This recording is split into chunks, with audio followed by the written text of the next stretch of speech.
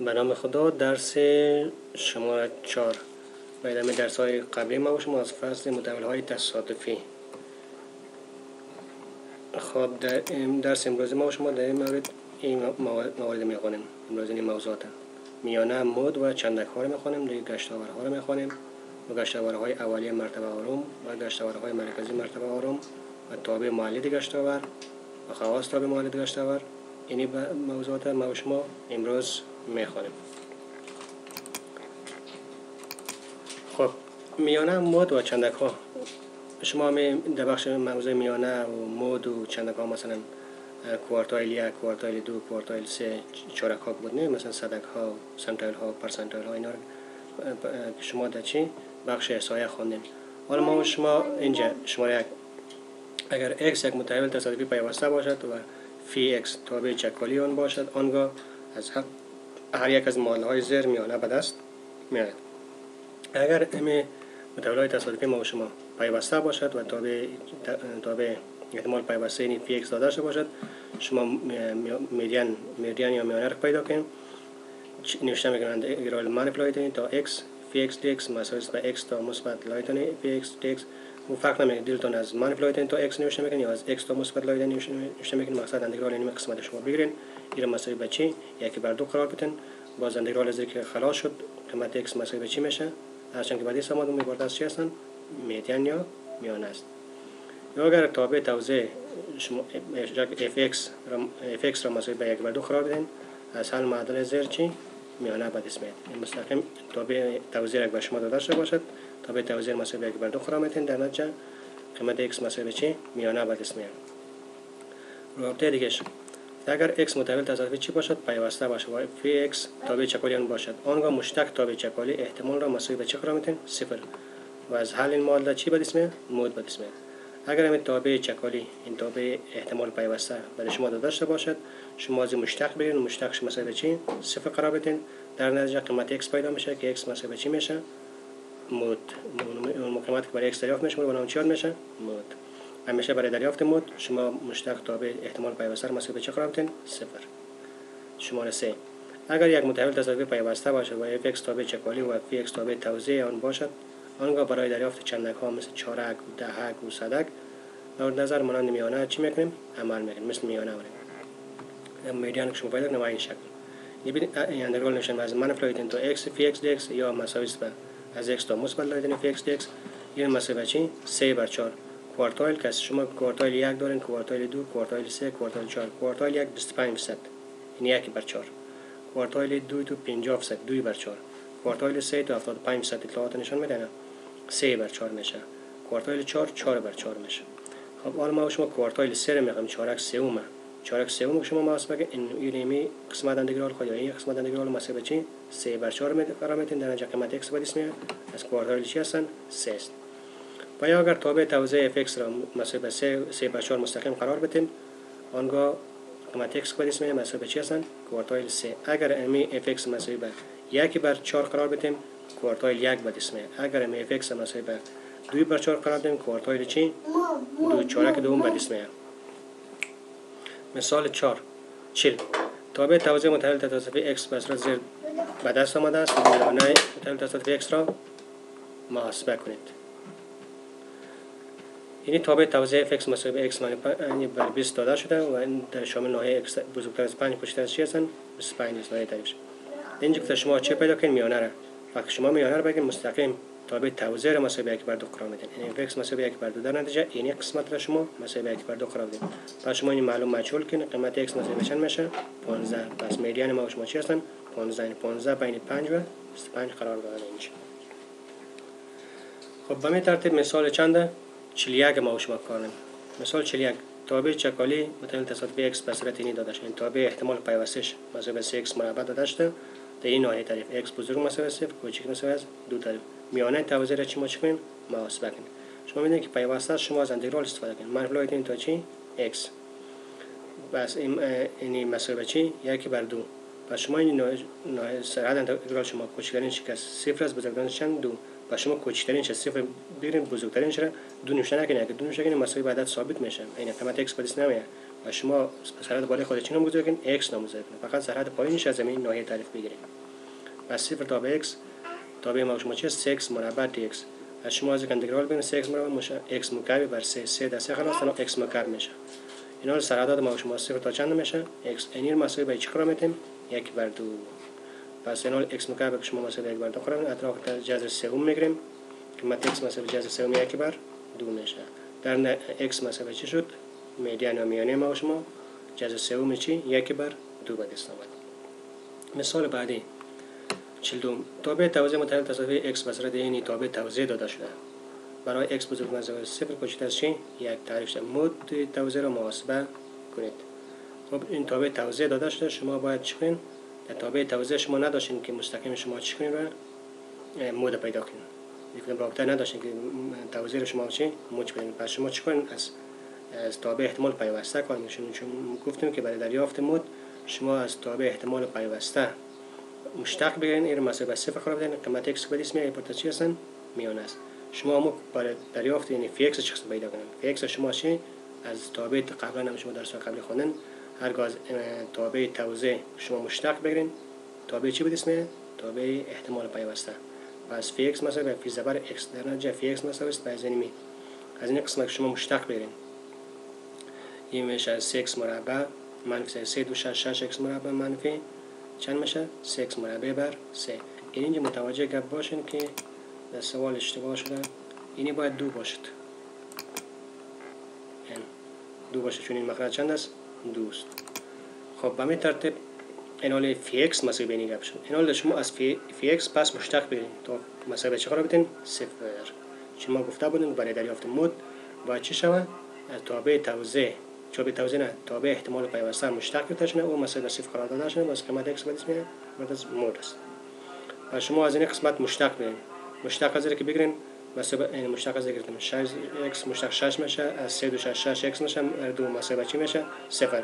در اینجا قیمت x مساوی چی شد؟ مود مساوی چند است؟ 1 است.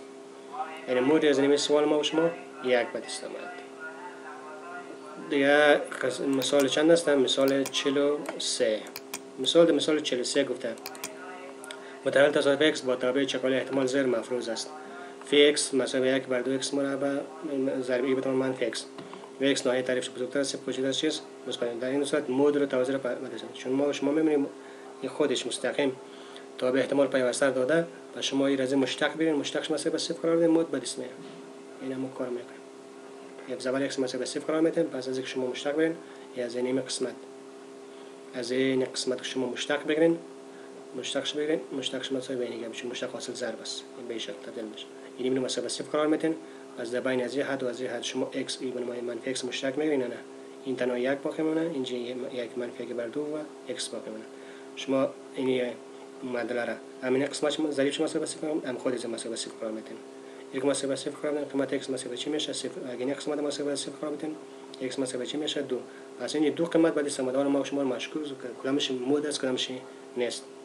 از برای کار خودم چیکار کنم؟ x از من لایدن تا 0 و 2 و مثبت لایدن، یعنی چون جو جذرش هست. خب وای زبر ما شما مثلا این میگه پس شما در این جنده می وای زبر خود قیمت از 0 کوچیک شما واسه کنین، این معادلش میشه چی میشه؟ منفی شده. اگه خود 0 واسه کنین اینجا چی میشه؟ این 0 میشه. اگر بین 0 و 2 مثلا 1 واسه کنین اینجا 1 واسه کلش اشاره چی میشه؟ مثبت. اگر از 2 بزرگ خود 2 رو واسه کنین اینجا چی میشه؟ 0 میشه. پس در این صورت چیکارین اینجا؟ از 2 بزرگ واسه مثلا 3 4 5 چند عددی که بود شما رو واسه کنین اینجا اشاره چی میشه؟ منفی. و شما یک سیر نزولی سیر صعودی باز می‌ذارین از منفی به طرف منفی آمده مینیمم میشه. پس این ماکسیمم شد. پس نقطه 2 ماکسیمم است. این نقطه 2 عبارت از چی هستن؟ مود تابع ما شما است. این نقطه 0 چی هستن؟ مینیمم است. این مودش نیست. پس در این نقطه در این تابع ما شما حد اکثر مقدارش چند است؟ 2 است. پس مود ما شما مساوی به 2 به دست آمد. در مثال 44 تابع چکالی متحول تصادف x به صورت اینی داده شده. این تابع احتمال پیوسته به صورت در انتروال 5 و 25 معین چارک اول را محاسبه کنید. و شما چارک اول محاسبه کنید. شما داشتین تابع توزیع را مساوی چه قرار میدین؟ 1 بر 4 یا از این انتگرال میگیرین. از این انتگرال برین هم در این سرحد مساوی به چی؟ 1/4 قرار بدین هم میشه. خب این شکل ما انجام تابع fx مساوی است بر px کوچکتر از x مساوی است بر چی؟ انتگرال از 5 تا x. یعنی رو گفتم سرعت بالایش 25 شما 25 نوشته نکنین x نوشته کنین به خاطر که قیمت x پیدا شود. اگر شما این 25 بگیرید یا مساوی به عدد ثابت میشه انتگرال معین مساوی به عدد ثابت است نه از انتگرال معین مساوی به عدد ثابت میشه به اون خودت شما سرعت بالای x بگیرید. خب این حال از phi x 1/20 dt مساوی است به انتگرالش ببین 1/20 عدد ثابت است از dt مشتق dt انتگرال dt مساوی به چی میشه t خالص از کجا تا کجا از 5 تا x سرعت بالای و پایین رو واسه کن این میشه x/20 منفی 5/20 مخرج با هم مساوی است x - 5/20 پس تابع توزیع ما شما مساوی به x - 5/20 به دست آمد. این تابع توزیع مساوی به چی؟ چهارک اول گفت نه چهارک اول گفت پس 1/4 مساوی 1/4 قرار میدیم. اگر چهارک دوم گفته باشد مساوی به 2/4 قرار میدیم. اگر چهارک سوم باشه گفته باشد مساوی به 3/4 قرار میدیم. این چهارک اول گفته این مساوی به 1/4 قرار میدیم. در نتیجه x - 5/20 مساوی 1/4 میشه. در نتیجه این معلوم مشغول کنید قیمت x مساوی به چی میشه 10/20 یعنی کوارتایل یک شما یا چهارک اول شما 1/20 این موضوع ما شما از بخش میانه و مود و چندک ها خلاص شد. حالا میریم سر موضوع چی؟ گشتاور. گشتاور اگر از نگاه فیزیکی ما شما تعریف کنیم گفته یک نیروی آبخواه است که به حول یک مبدا میچرخد. مثلا شما یک سر ناخن خود یک تار بگیرید بسته کن و یک سر تار دیگر مثلا آهن یا هر چیزی کوی شکل کولی شما بسته کنید امید دوران بدین به حول همین نقطه ناخن شما میچرخه نه این یک قوی که وارد میشه نیروی که وارد میشه این میگم چی میکنه گشتاور. حالا ما شما در بخش احتمالات چه قسمی تعریف میکنیم در بخش احتمالات دیدیم میگیم که این گشتاور که هستن برای ما این مشخص میکنه که احتمالی که اطلاعات ما و شما در اطراف این حول یک مبدأ مشخص مثلا مبدأ مرکزیش باشد یا مثلا یک مبدأ دلخواه دیگر باشد در حول زمان احتمالی که اطلاعات ما و شما قرار داشته باشد چقدر است. ما و شما این موضوع را با استفاده از چی گشتاور پیدا میکنیم. یعنی یک اصطلاح مناسب ما برای گشتاور در این وجود نداره که ما این نوشته میکنم بنابراین ما چی گشتاور استفاده کنیم. به طور کلی گشتاور تعریف عامتر برای شاخص‌های چی هستند مرکزی این پراگندگی و غیره میباشه. این فقط چی میگن گشتاور هم پراگندگی را در اطراف چی هم قسمت‌های مرکزی از اطلاعات ما و شما نشان میده. دو نوع گشتاورها را در اینجا تعریف میکنیم که معروف به گشتاورهای چی هستند اولیه و گشتاورهای چی مرکزی هستند. خب حالا میریم سر گشتاورهای اولیه مرتبه آرام.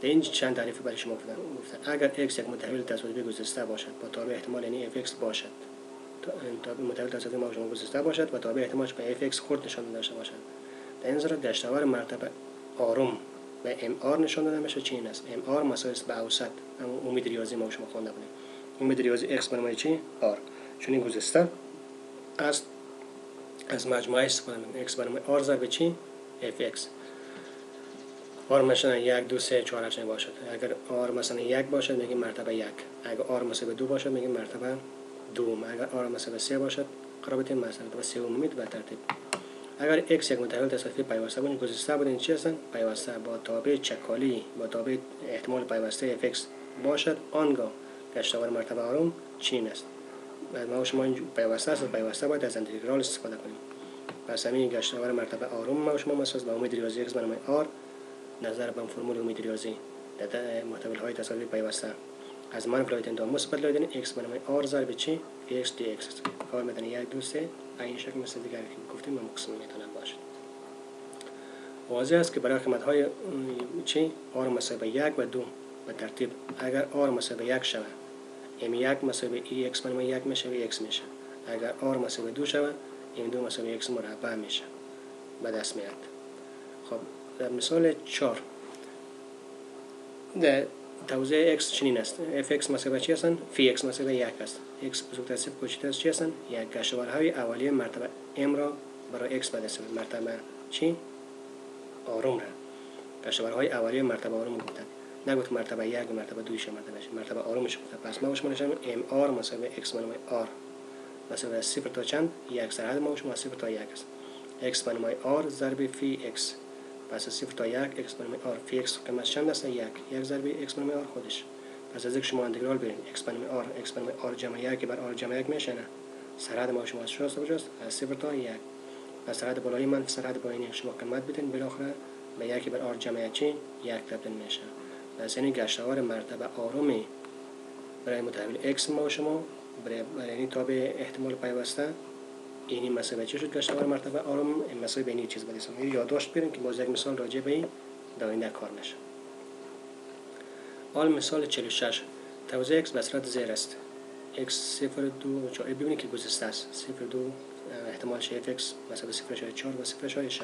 ما شما گفتم که تابع احتمال به f(x) نشون دهنده گذشته x و اگر متحول تصادفی x گذشته ما شما x باشد تابع احتمالش به f(x) نشان میدیم. گشتوارهای مرتبه سوم را برای پیدا کنید. گشتوار مرتبه چند؟ سوم را پیشون پیدا کنید. و شما میشن m3 مثلا به ax بنمای چند؟ 3. پس این مثلا چون گذشته است x بنمای چی میشه؟ 3fx مجموعه x بنمای 3fx. پس این ما شما انکشاف بدیم برای زنی دو داتا، چون این دو دونه ما شما متحول و احتمال شده داریم، دو جوره داریم. پس این میشه از اول 0 مکعب x مکعب x 0 است. 0 مکعب تابعش چند است اینجا؟ دبل 0 0.4 0 مکعب ضرب 0.4 جمع. انکشاف میده چون این مجموعه با شکل واصل جمع انکشاف میکنه. بازش x تو چند است؟ 2 مکعب ضرب f 2f2 چند است؟ 0.6. پس جمع ضرب کنید این طرف 0 میشه، این 2 مکعب 8 میشه، 8 ضرب از این میشه 8 4 چی میشه؟ 8. پس گشتوار مرتبه سوم ما شما برای این جدول توزیع احتمال این چیز بدیست آمد. حالا میایم سر گشتوارهای چی؟ اون مرتبه اولیه بود. این دفعه گشتوارهای چی هستن؟ مرکزی مرتبه آرام است. در اینجا هم چند تعریف ما شما داریم. اگر x یک متحول تصادفی گذشته با تابع احتمال fx باشد آنگاه گشتوار مرکزی مرتبه آرام و میو آر چنین است. و میو آر نشان داده می شود چنین است. شما گفتین که گشتوارهای اولیه را به ام آر نشان دادین، اینجا گشتوارهای مرکزی و چی میو آر نشان مرکزی نه و اوسط نشان میده. با خود شما اوسط را به میو نشان میده نه با خود تشخیص شود دقیق واضح به چی نشان دادیم میو. حالا میو چقدر تعریف میکنیم فرمول بدیزیم برای متحول های تصادفی گذشته و تابع احتمال اینی. یعنی این گشتوار مرکزی مرتبه آرامش مساوی است به x منفی x کل بنمای چند r. این مساوی است به این کل بنمای r ضرب چی fx مجموعه زنی. به این ترتیب اگر پیوسته باشد تابع چکالی اینی باشد آن گشتوار مرکزی مرتبه آرامش می r چین است. می r مساوی به x منفی x کل بنمای چی r مساوی است از منفی لایتانی تا چی مثبت لایتانی یعنی می ضرب چی فی x dx. واضح است اگر m1 چیستن m1 مساوی به چی هستن؟ 0 است. همین همیشه واضح و ماندار است که گشتوار مرکزی مرتبه 1 در احتمال در متحول های تصادفی پیوسته همیشه مساوی به چی هستن؟ 0 هستن. اگر قبول نداریم با شما قیمت گذاری کنیم و محاسبه کنیم در سوال. مثال 47 توزیع x به صورت زیر است. یعنی fx مساوی 1 است، یعنی x مساوی به 0 کوچک است. این گشتوار مرتبه چی مرکزی مرتبه چی؟ سوم از محاسبه کنیم. پس همین عین سوال ما کنیم در قبلا بهش گفتم شما متوجه گپش باشید اینجا. گشتوار مرکزی مرتبه سوم محاسبه کنید. خب حل گشتوارهای مرکزی را میتوان به حساب گشتوارهای چی اولیه نیز نوشت. اما گشتوار مرکزی را شما میتونید با استفاده از گشتوارهای چی اولیه نیز محاسبه کنید. رابط تبدیل گشتوارهای شبیه رابط بین گشتوارها را در احصای توصیفی خواندین. شما که همین گشتوارهای اولیه و گشتوارهای چی مرکزی را طریقه تبدیلش از گشتوار به گشتوار دیگه از اولیه به مرکزی از مرکزی به اولیه شما خواندین در احصایه. اگر نخواندین باز اینجا ما شما فرمولش دردیم.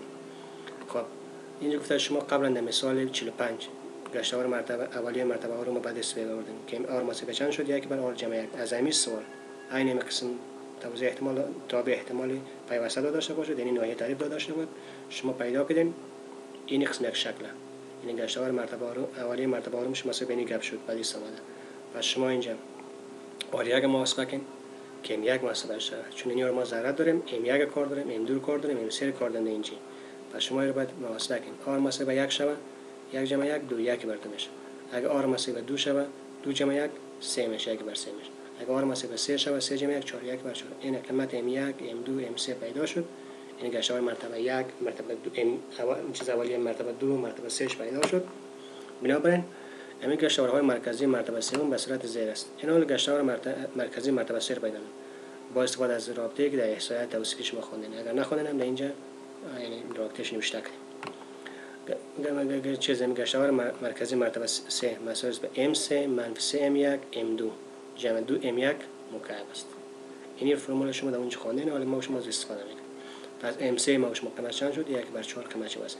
منفی 3 ضرب M1 M2 M1 چند است؟ 1/2 یعنی 1/2 نوشته کردم. M2 چند است؟ 1/3 نوشته کردم. جمع 2 ضرب M1 مکعب. M1 ما شما چند هستن؟ 1/2 1/2 مکعب 1/2 مکعب است. مساوی چی؟ کلش جمع میکنیم مساوی چی میشه؟ 0 میشه. پس گشتاور مرکزی مرتبه چند؟ سوم ما شما مساوی چی شد؟ 0 بعد استفاده. دیگه شما چند است؟ تابع مولد گشتاور. تابع مولد گشتاور برای متحول تصادفی x را به میو x t نشان داده و به صورت زیر تعریف میکنیم. این تابع مولد گشتاور برای یک متحول تصادفی x به شکل mxt نشان میده و این را به این شکل تعریف میکنیم. mxt مولد گشتاور مساوی است به امید ریاضی ای به نمای چی؟ tx. امید ریاضی ای به نمای tx. در اینجا گفت تابع مولد گشتاور تابع است تا چی هستند؟ t است. یعنی تابع مولد گشتاور تابع است t است. تابع مولد گشتاور دو کاربرد بسیار مهم داره. یعنی کاربردهای بسیار مهمش از این است که ما شما میخونیم. یک تولید گشتاورهای مختلف مرتبه اول و بالاتر از x حول مبدا. این گشتاورهای مختلف را این تولید میکنه. مولد یعنی ایجاد کردن، تولید کردن. تابع مولد گشتاور میگیم که تابع ایجاد کننده گشتاور یا تولید کننده گشتاور. پس این چی هستن؟ گشتاورهای مختلف مرتبه اول را یا بالاتر از را چی؟ از x به حول مبدا چی میکنه؟ تولید میکنه. دیگر کار ما چی هست؟ استفاده از آن برای تشخیص توزیع‌های چی؟ متحول تصادفی.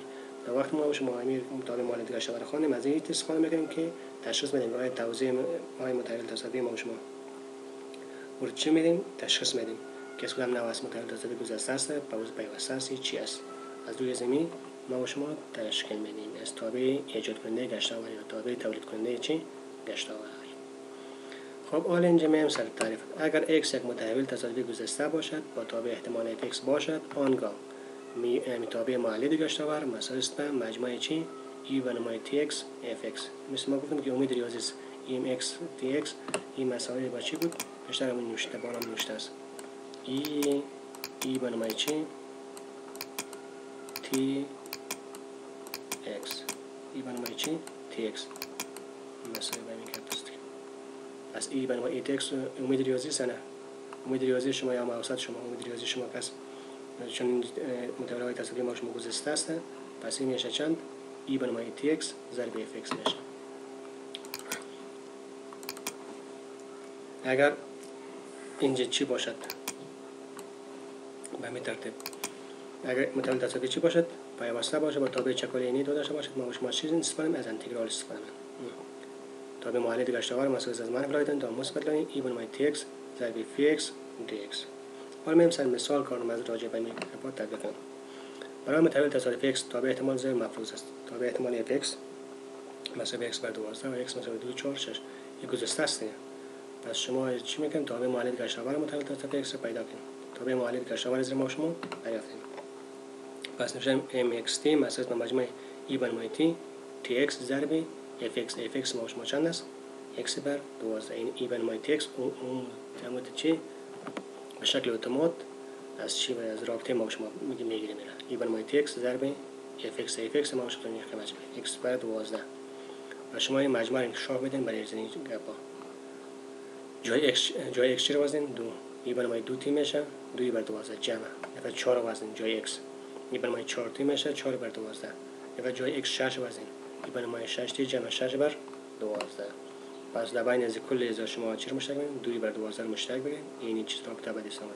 پس تابع مولد گشتاور ما شما مثلا این چی شد؟ مثال 49 شه. اینجا گفته اگر تابع چکالی متحول تصادفی x به صورت اینی داشته باشد.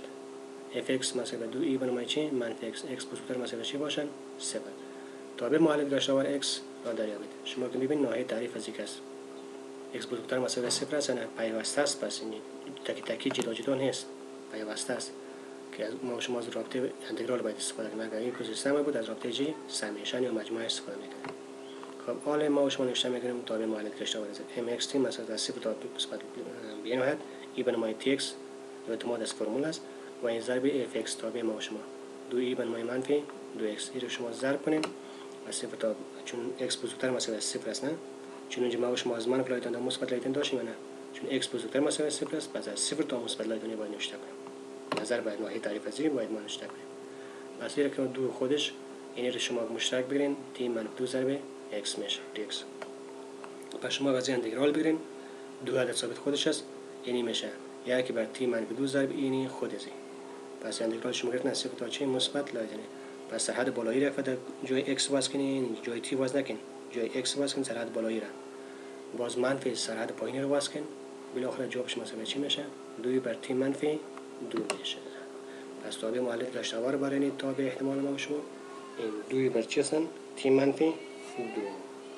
چون ما قبلا گفته بودیم که تابع معادله گشتاور تابع از چی؟ متحول t، یعنی t رو در بر داره، x این در بر نمیره، میشه وقت از نگاه t محاسبه میشه.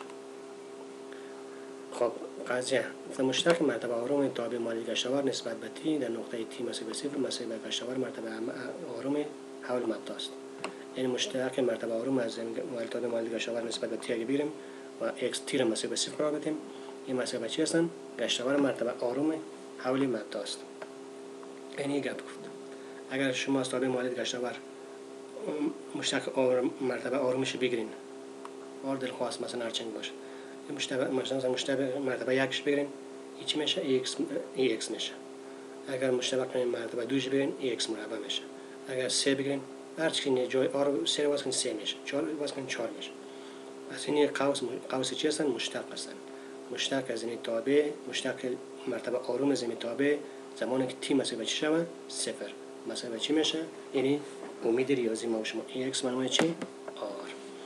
خب حالا میبینیم اینجا x وقتی r مساوی چی شود؟ 1 شود. x میشه نه؟ مساوی مشتق اول میشه نه؟ مشتق اول تابع در نقطه t مساوی صفر ایت هم نوشته کنیم. این شکل سمبولیک شنیس شکل سمبولیک دیگه هم نوشته کنیم. یعنی مشتق d ایتمون هم که مشتق دیفرانسیل مشتق mxt نظر به چی؟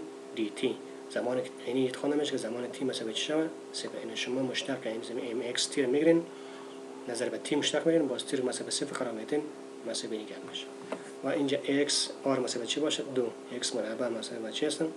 مشتق مرتبه دوم x در زمان t مساوی چی شود؟ صفر. یا x نمیشه نکنید، مشتق مرتبه دوم t مربع بر dt مربع چی؟ mxt. یعنی مشتق دوم از این نظر به t زمان t مساوی چی شود؟ صفر شود. بنابراین مشتق اول تابع معادله گشتاور همان اوسط چی هستن؟ امید ریاضی است. یعنی ما شما دیدین دیگه مشتق اول تابع معادله گشتاور همان اوسط چی هستن؟ امید ریاضی است. اون مساوی x شده. و با توجه به روابط فوق واریانس از رابطه زیر بعد استفاده. یعنی شما اینی جنجال اینجا که شما متوجه گپسا اگر این اوسط امید ریاضی رو پیدا کنید و اوسط x مربع رو شما پیدا کنید و شما واریانس پیدا کنید دیگه. این فرمول واریانس است مساوی به x مربع منفی چی؟ میو مربع. یعنی x مربع مثلا یعنی m2 ضرب x صفر منفی m ضرب x صفر کل مربع. پس شما میتونید واریانس هم پیدا کنید از روی چی؟ تابع معادله گشتاور و امید ریاضی. خب چون قبلا همین فرمول قبلا ما شما خواندیم درس قبلی. مثال 50 اگر تابع معادله گشتاور x به صورت اینی باشد mxt مثلا 2 بر 2 منفی t کوچکتر از چی باشد؟ 2. امید ریاضی و واریانس x را پیدا کنید. امید ریاضی و واریانس x پیدا کنید. خب میریم امید ریاضی پیدا کنیم. امید ریاضی آسان پیدا شد. x مساوی به m ضرب صفر. مشتق از این میگیریم نظر به t با صفر قرار میدیم. مشتق از این که شما بگیرید اینجا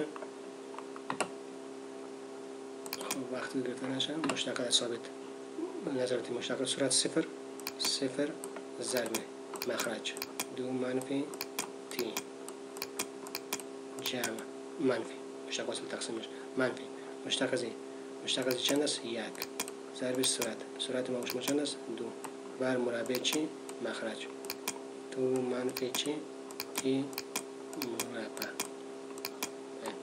t مساوی چی قرار میدیم؟ صفر. وقتی شما صفر کنید این طرف صفر شد این منفی چی میشه؟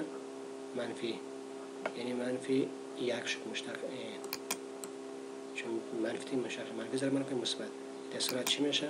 2 خالی میشه بر مخرج 2 منفی تی مربع 2 منفی چی؟ تی مربع. اینا تی رو شما صفر قرار بدین. تی چند است؟ صفر.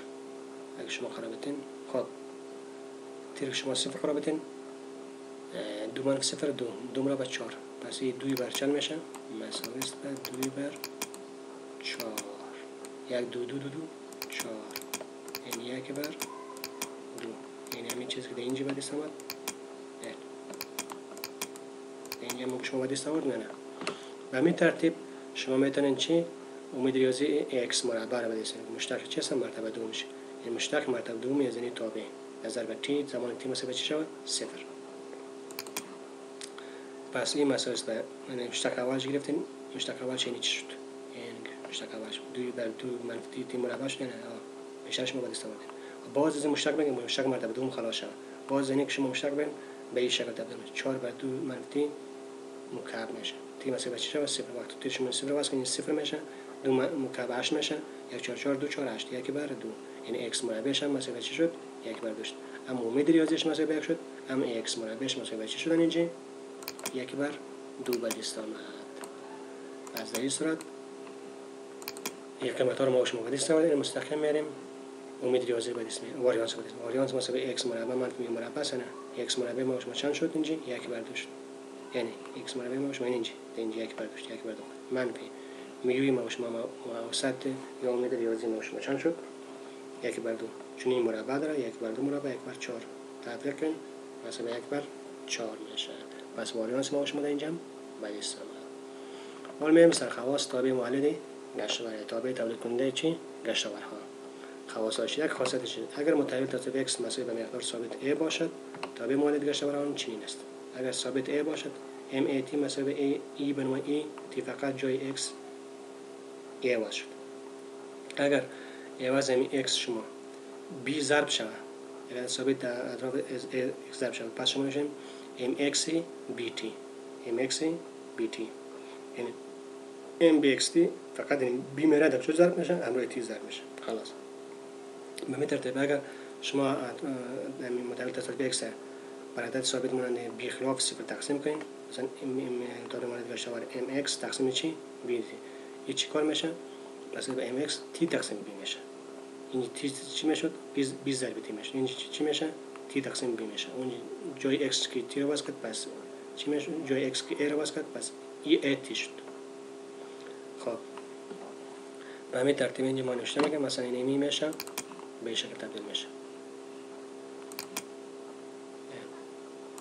تابع مولد گشتاور ما شما mx t این میشه ای b چی b t x mx b t mx b t باشد پس این میشه mx b t mx b t b t دو طرف سر میشه از زندگیش چی میشه این مسائل است به چی میشه m x کنو x خودش است پس t بر b این میشه t بر چی t بر b به این شکل تبدیل میشه تابع مولد گشتاور باشه در این دو حالت